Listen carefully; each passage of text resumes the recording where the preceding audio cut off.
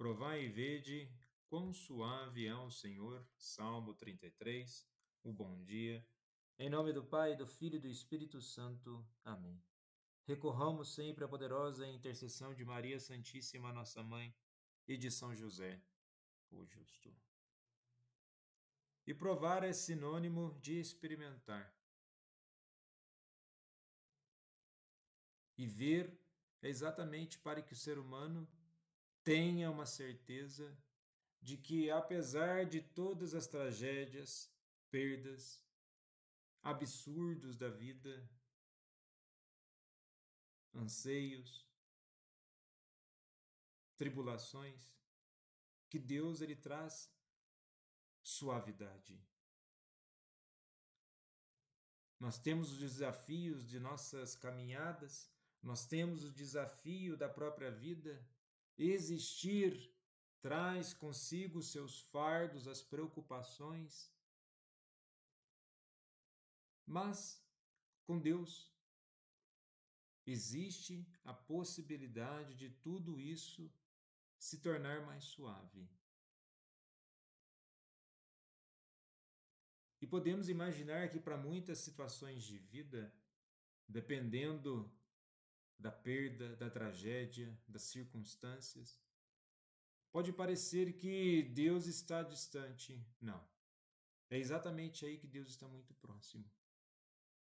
Por mais que exista um vazio no ser humano, uma angústia, uma tristeza profunda, não se afaste de Deus. Permaneça em Deus, para que de fato possa superar dia após dia aquilo que te tormenta. E nesse sentido, na liturgia de hoje celebramos o ofício da memória de Santa Clara de Assis. E ela diz assim: se olhares para Deus, o que tanto te preocupa vai parecer insignificante. E de fato, se Deus não tem limites, Ele é eterno, e se compararmos ou colocarmos as nossas preocupações em Deus, certamente tudo aquilo se torna insignificante. E que possamos desenvolver dia após dia tal confiança para nos fortalecer. E fortalecimento ao qual Elias recebe na primeira leitura de hoje do livro de Reis, capítulo 19, do versículo 4 ao 8, onde naqueles dias o profeta entrou deserto adentro e caminhou o dia todo. Sentou-se finalmente debaixo de um junípero e pediu para si a morte, dizendo: agora basta, Senhor, tira minha vida, pois não sou melhor do que meus pais. E deitando-se no chão, adormeceu à sombra do junípero. E de repente um anjo tocou e disse: levanta-te e come. Ele abriu os olhos e viu junto à sua cabeça o pão assado debaixo da cinza e um jarro de água. Então vejamos, até o profeta, o grande profeta Elias, passa pelos desânimos da vida. Isso mostra exatamente que ele é um ser humano.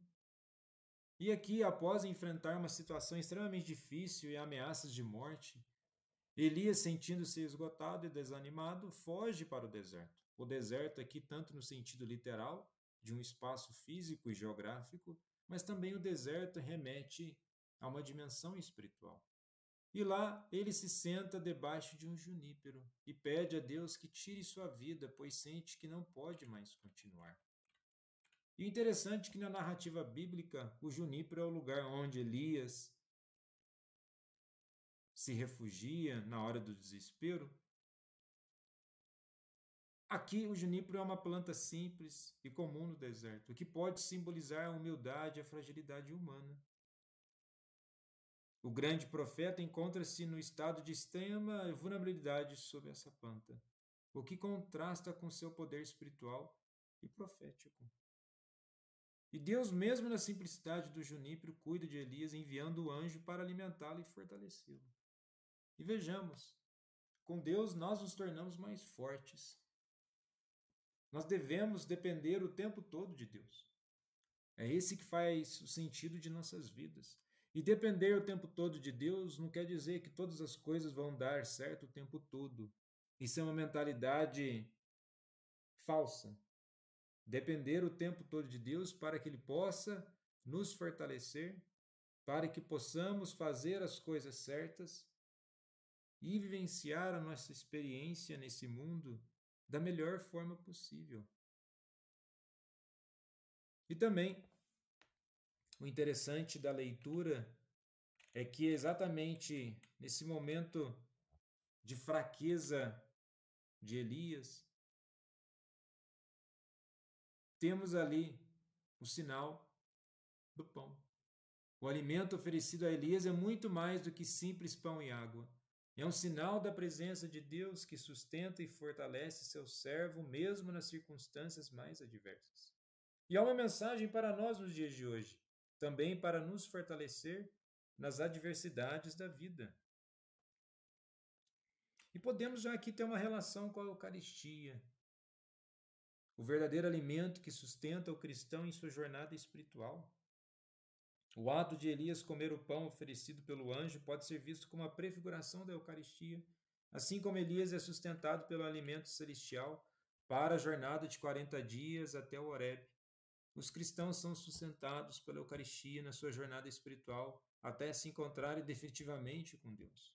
Devemos lembrar que nosso encontro com Deus é todo dia, mas na consumação, na plenitude de tudo que vivenciamos, que possamos nos alimentar verdadeiramente de um pão que regenera as nossas forças.